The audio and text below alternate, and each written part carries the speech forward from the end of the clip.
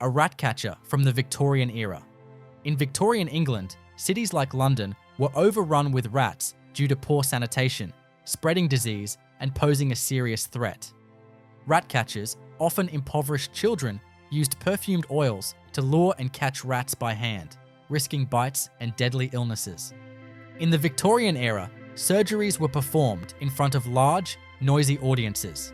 Patients, in immense pain, often tried to escape, while onlookers crowded around for a view, with no concern for hygiene. The screams could even be heard from the streets below. A Victorian-era photograph of parents posing with their dead daughter. It was a custom in that era, before people could quickly travel great distances to attend funerals, to photograph the dead so their loved ones could see them as they were before burial. In Victorian times, such displays were a common sight. High streets of all sizes in the 1800s and early 1900s often featured butchers' shops, sometimes more than one. In the late 1800s, around 1890, the herring girls of the Isle of Man balanced fishing labour and household duties, washing their clothes after long days in Port St. Mary. Two children in Spitalfields, one of London's most impoverished slums, in 1903. A mother from the Victorian slums surviving poverty with her child.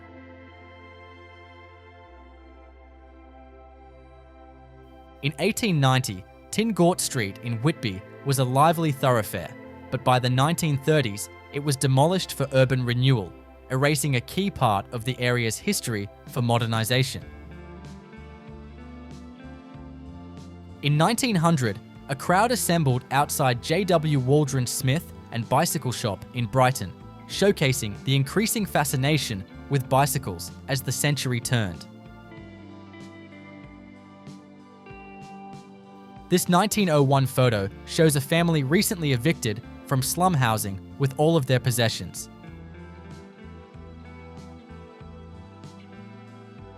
A slum street in an area marked for demolition.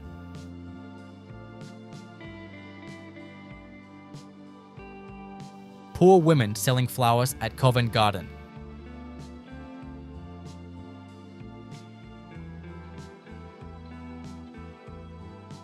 Circa 1857, a blacksmith at work on an anvil outside his forge.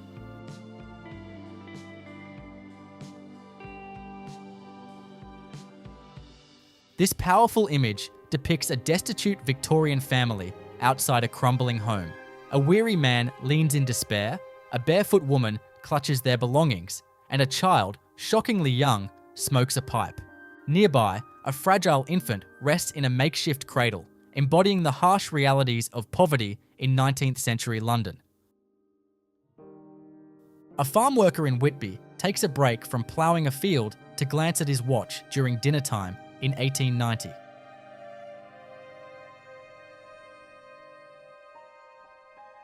In 1886, sharpshooter hunters were seen posing with their dogs in the damp landscapes of the Norfolk Broads. This scene beautifully illustrates the traditional sport of hunting, a favoured pastime among the Victorian elite. This 1880 photo shows Connie Gilchrist as Abdallah in The 40 Thieves at the Gaiety Theatre, reflecting the Victorian era's focus on glamour and theatrical flair in studio portraits. A fisherman is seen meticulously polishing his telescope in the backyard of his London residence, while his wife is engrossed in crocheting in the background, capturing a moment from 1887. A 1910 photograph of Whitby docks features two men in the foreground, both sporting bowler hats, which were a symbol of social status during that era. A woman converses with two fishermen from Whitby by the shore in 1889, probably talking about their day's labour. A 1906 photo shows a young London woman in elegant Edwardian fashion, featuring high-waisted dresses, lace and decorated hats, epitomizing the post-Victorian era. Around 1920, three young people enjoy a sunny day at Blackpool Beach, capturing a moment of leisure in the post-World War I era of social change.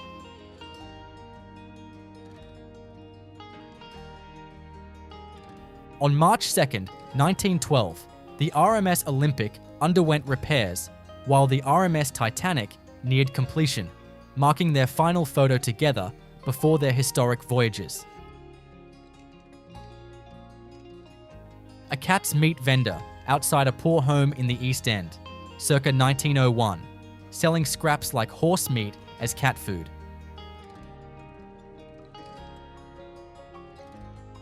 A photograph of Dorset Street taken in 1902 after many of London's slums had been torn down.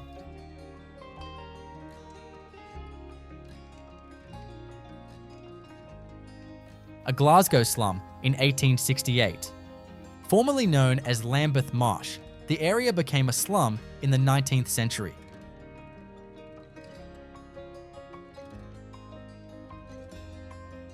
This 1860 photograph depicts Fore Street.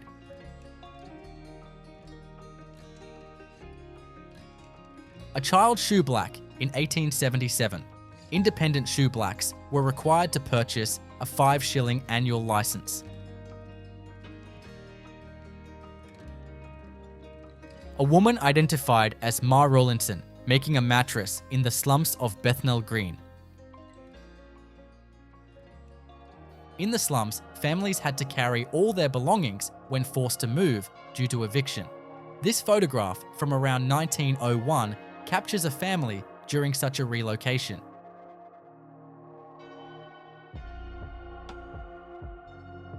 A young mother, exhausted after hours of making matchboxes, with a pile of them on the table. Her child sleeps at her feet, wrapped in a blanket. In the sweat industries, workers faced long 16-hour days with no clear separation between work and home life. A portrait of a fisherwoman from Church Street, known as Polly Swallow, holding a fishing net in Whitby circa 1880.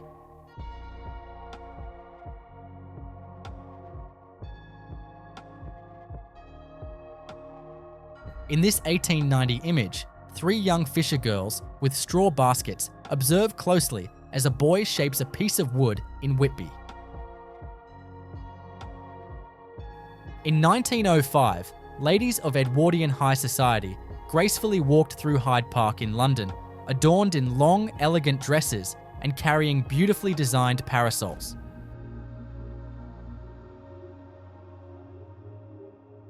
In 1877, a street photographer uses a mobile booth in Clapham Common, London, captured by John Thompson for the Street Life in London project with Adolf Smith.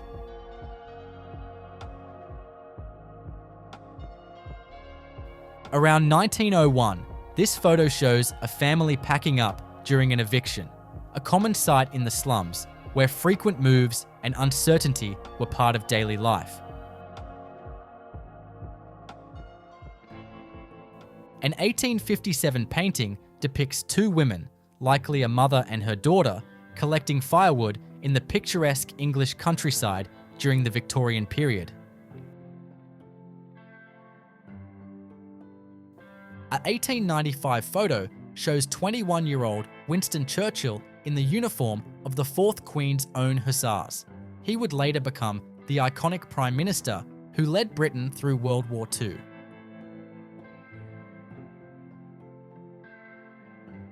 A circa 1890 photo shows a woman with long hair, symbolizing status and femininity in the Victorian era, where hair was carefully maintained to reflect virtue and grace. This photograph from 1880 captures a young fisherwoman inspecting fishing lines at the historic seaport of Whitby, located on the east coast of Yorkshire.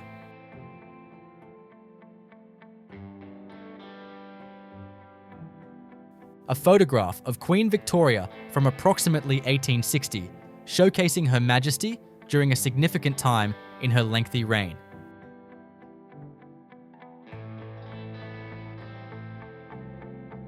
In 1890, a milkmaid and farmer converse in rural North Yorkshire, reflecting the peaceful pace of Victorian country life, where farming and community were central.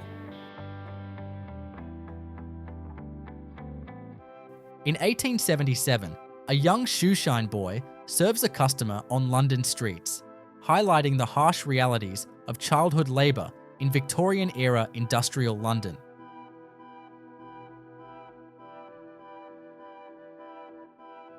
Youngsters who live in London slums create a golf course out of buckets. A large crowd gathers outside James Preston Butcher's on Hoxton Street, Shoreditch, around 1910. While some of London's slums were quickly built shantytowns, others consisted of centuries-old homes. This 1877 photograph shows houses in Cloth Fair, built after the Great Fire of London in the 17th century. This 1877 photograph shows a family living a nomadic life in London. In this 1877 photograph, Londoners affected by flooding stand in front of a rag shop.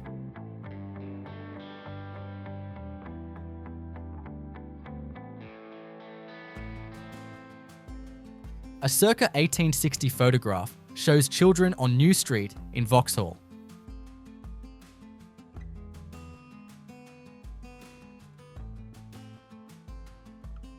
Two Jewish children play on an East End street, 1900s.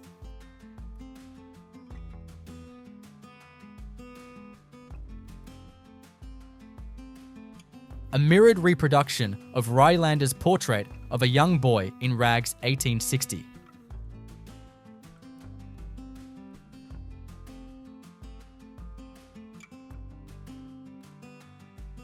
A 1886 scene shows three people in a sailboat on the peaceful Norfolk Broads, with an old house and smoke curling from its chimney in the background. In 1871, Great Britain introduced mugshots to document criminals. Their crimes range from child cruelty to stealing sweaters, offering a glimpse into the era's justice system. Child labour was widespread in Victorian England, with certain jobs, such as chimney sweeping, specifically relying on the small size of young children to perform the work.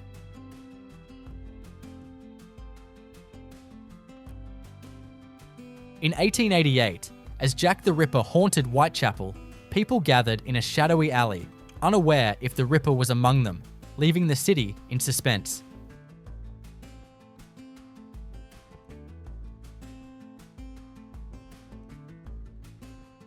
In 1880, the daily scene on the streets of Liverpool is depicted as a barefoot girl in tattered clothing makes her way across the road.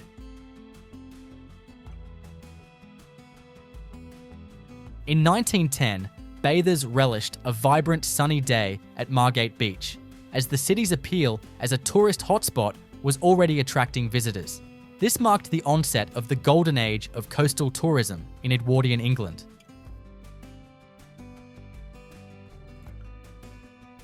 A tired newspaper vendor stands on the streets of Ludgate Circus in London, 1890.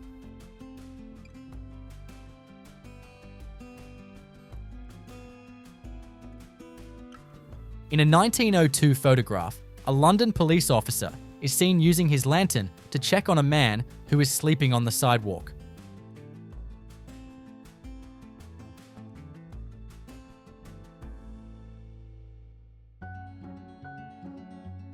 A mother explores the offerings of a novelty goods seller who is showcasing his items on a handcart in the streets of London in 1877.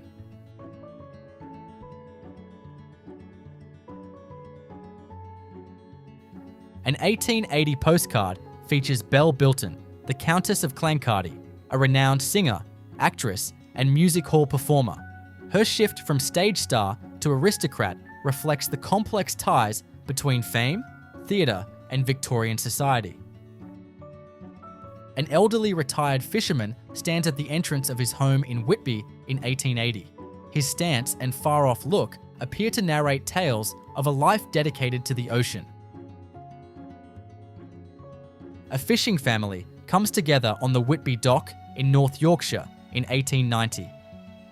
The father, mother, 2 boys and a girl affectionately observe the baby resting in a basket. A woman strolls gracefully along the streets of Kensington, London in 1906, capturing the essence of the Edwardian era. A 1890 photo shows Henry Freeman, a Whitby lifeboatman, wearing a cork life jacket. He was the only survivor of a lifeboat capsize.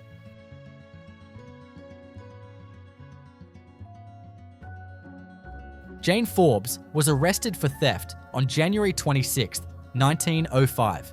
In the Edwardian era, women accused of crimes had to pose for public police photos, reflecting strict moral standards and harsh punishment attitudes. In 1880, the bustling port of Whitby, with large ships and a partially raised sail, highlighted the town's role as a maritime hub during the Victorian era. In July 1926, 3 friends posed on Shanklin Beach, Isle of Wight, capturing the lively spirit and growing independence of women during British summers.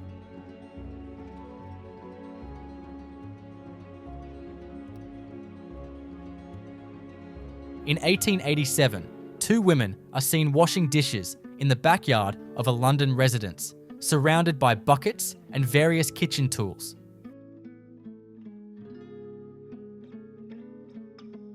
In Whitby, around the year 1880, 2 women can be seen winding wool into balls right at their doorstep.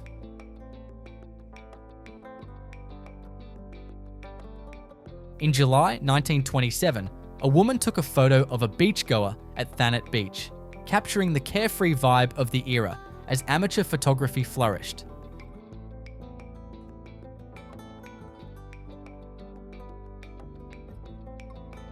In 1906, a house on Cheniston Gardens in London featured a washing area for cleaning the steps of the home.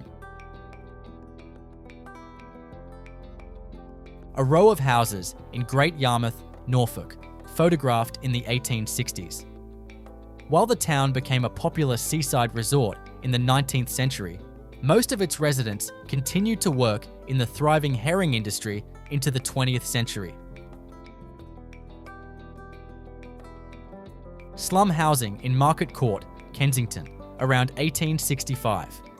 As a result of rapid industrialisation and unprecedented population growth, slums emerged in English towns and cities during the 19th century. These cramped, filthy, and unsanitary conditions became breeding grounds for diseases like cholera and tuberculosis. On November 29, 1849, 13-year-old Kit Cloudsdale, an apprentice from Stott Park Bobbin Mill, was sent on a long errand to Force Forge Mill. After failing to return in severe weather, he was found dead from hypothermia 4 days later near Rusland. Photograph of Omnibus Coachman by John Thompson, 1876-77. Sorting a dust heap at a county council depot circa 1901.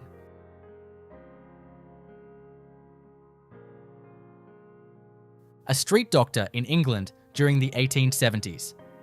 One striking image shows a well-dressed but suspicious-looking doctor pitching his miracle cures to 2 skeptical women.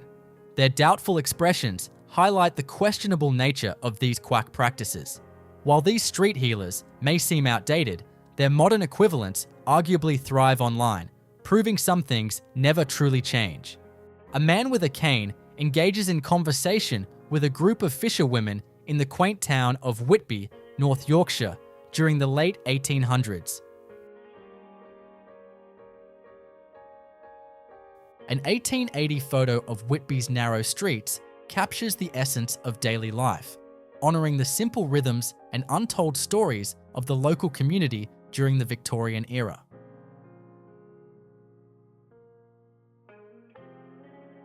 In 1877, two waste collectors in London were seen performing their daily duties next to a horse-drawn carriage.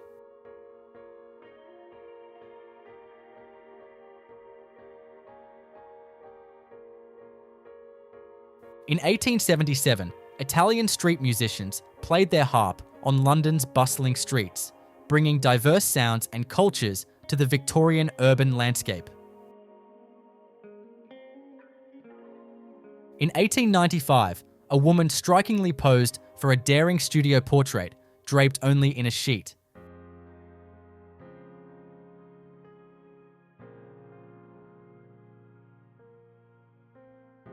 Victorian factory owners exploited poor families by paying children very little, knowing they were desperate for any income. Parents had no choice but to send their children to work in harsh conditions. Victorian widows in mourning, representing grief and elegance, 1870s. During the Victorian era, a woman's hair was regarded as a significant aspect of her appearance, symbolizing her status and femininity. If you felt something today, curiosity, nostalgia, maybe even a tear, hit that subscribe button. We'll keep exploring the rarest corners of history together. Thanks for watching. I'll see you in the next one.